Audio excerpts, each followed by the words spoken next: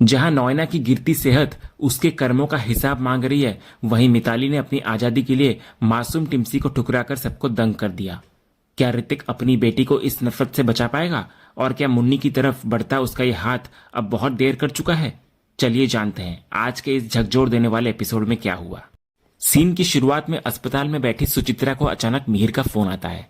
ये देखकर वो हैरान हो जाती है और नोएना से कहती है कि मिहिर उससे क्यों फोन कर रहा है।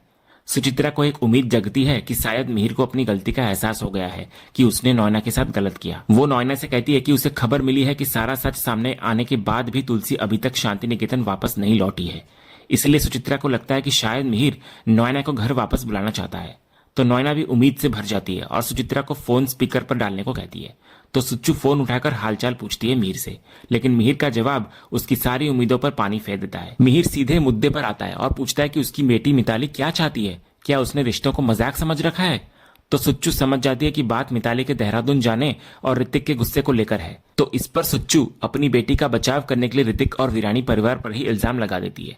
वो कहती है कि उसे लगा था कि वीरानी परिवार को औरतों के बाहर काम करने से कोई दिक्कत नहीं है, लेकिन अब समझ में आ रहा है कि ऋतिक अपनी पत्नी के काम करने और बाहर जाने से इनसिक्योर हो रहा है और इसीलिए वो इतना तमाशा कर रहा है। तभी तुलसी की आवाज आती है जो सुच्चू और नोएना दोनों को चौंका देती है। इधर तुलसी करारा जवाब देती है कि ऋतिक इनसिक्योर नहीं है बल्कि एक जिम्मेदार पिता है।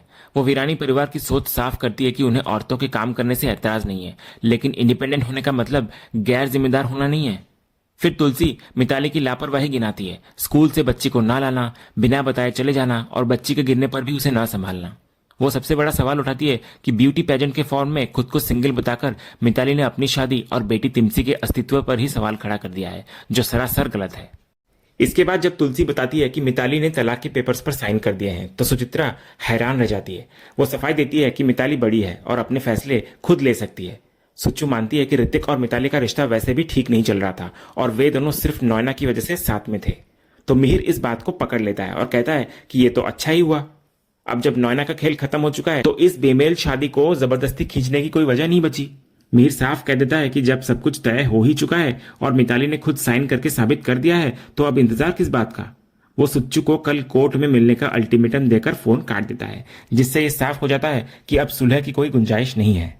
दूसरी तरफ हॉस्पिटल में नोएना सुच्चू से मिताली के तलाक के बारे में पूछती है। वो हैरान होती है कि मिहिर ने फोन किया और बात मिताली के तलाक की निकली, जबकि उसे लगा था कि मिहिर उसको वापस बुलाना चाहता है। तो सुच्चू बेबसी जताने लगती है कि कोई उसकी सुनता ही नहीं और मिताली ऋतिक का रिश्ता वैसे भी खराब था। तो नोएना दुखी होकर कहती है कि होली के बाद से उसकी जिंदगी बिखर गई है, घर से निकाल दिया गया उसे और अब अस्पताल में है और उसे पता भी नहीं कि उसे हुआ क्या है। वो सुच्चू को डॉक्टर से रिपोर्ट और डिस्चार्ज के बारे में पूछने के लिए कहती है और वॉशरूम चली जाती है। इसके बाद डॉक्टर आते हैं और सुच्चू को एक दिल दहला देने वाली खबर देते हैं। वह कहते हैं कि बायोप्सी रिपोर्ट में पता चला है कि नोएना को लास्ट स्टेज कैंसर है। डॉक्टर बताते हैं कि बीमारी बहुत तेजी से फैल रही है और नोएना के पास ज्यादा से ज्यादा 3 महीने का वक्त बचा है। वो कहते हैं कि कीमोथेरेपी से थोड़ा वक्त मिल सकता है, लेकिन वो भी बहुत दर्दनाक होगा। तभी नोएना वॉशरूम से बाहर आती है और ये सब कुछ सुन लेती है। उसे गहरा सदमा लगता है कि उसकी जिंदगी अब खत्म होने वाली है।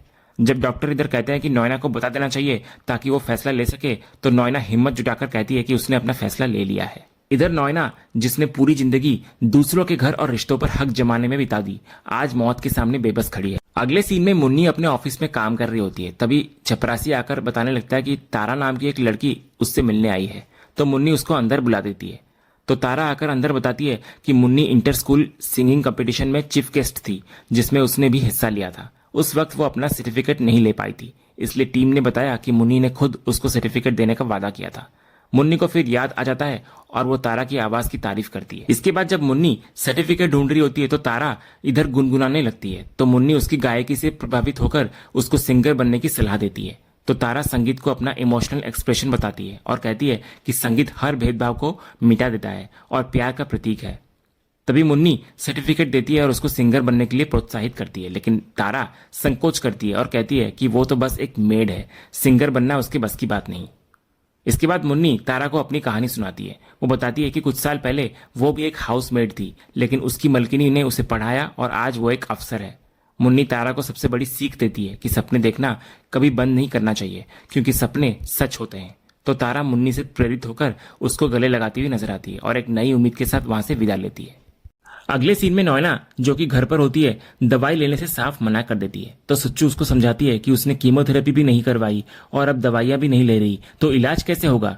नोएना कहती है कि इससे उसकी किस्मत नहीं बदलेगी।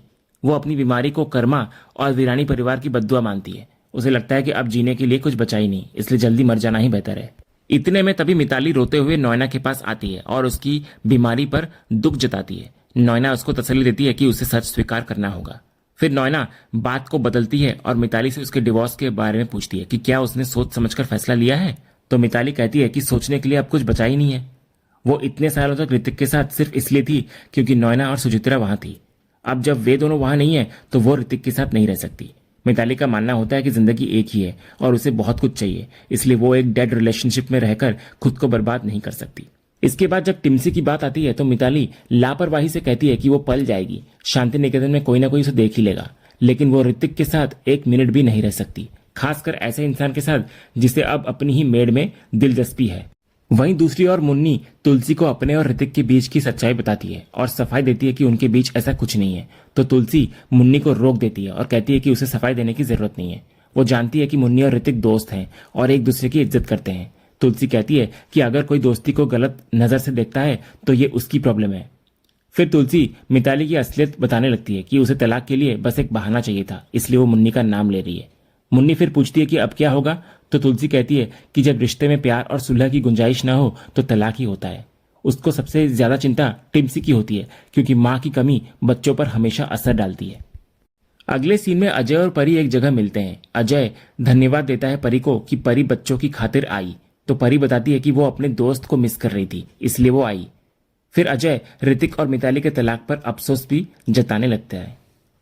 तभी सनी जो पीछे गाड़ी में बैठा होता है अजय को डिवोर्स का मतलब पूछता है, तो अजय सनी को दोस्तों की लड़ाई और कट्टी का उदाहरण देकर समझाता है कि जब मम्मी पापा आपस में कट्टी कर लेते हैं तो उसको डिवोर्स कहते हैं।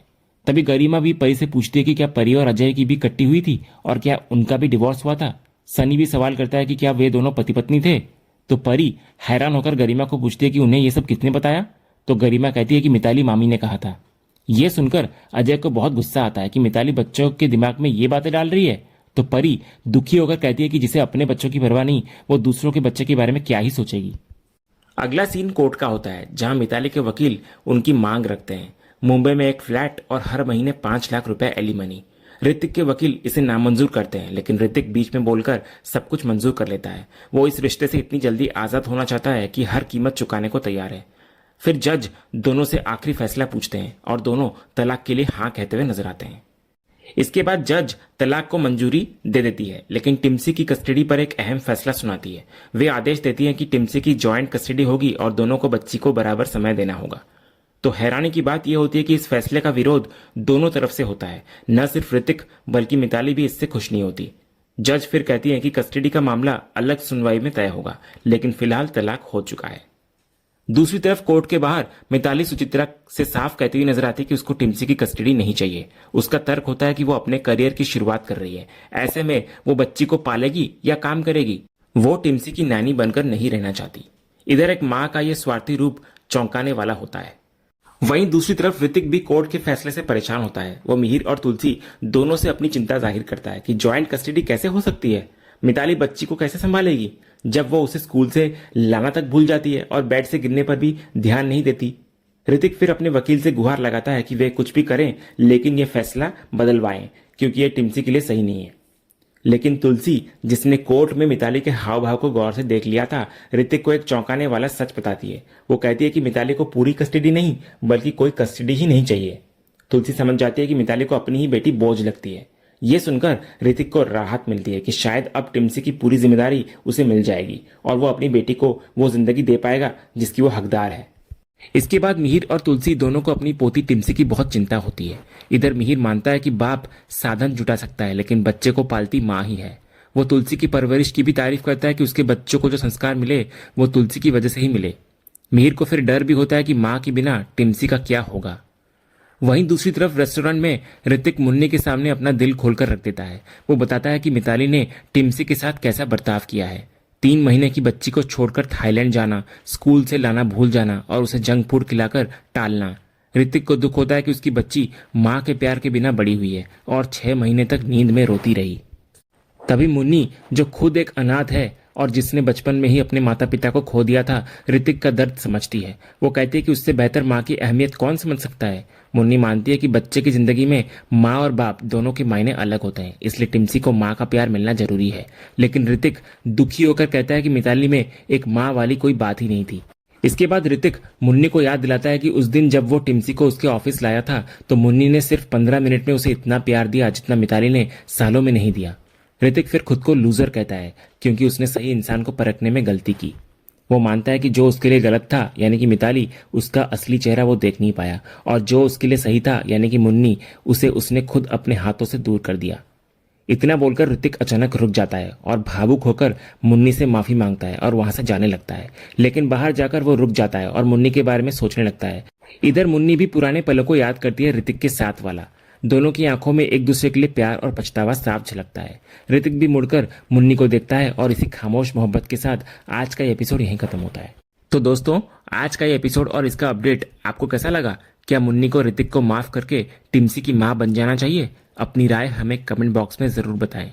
अगर आपको आज का ये वीडियो पसंद आया हो तो वीडियो को लाइक करें, शेयर करें और हमारे चैनल को सब्सक्राइब करके बेल आइकन जरूर दबाएं, ताकि क्योंकि सांस भी कभी बहुती के अगले जबरदस्त एपिसोड का अपडेट आपको सबसे पहले मिले। धन्यवाद।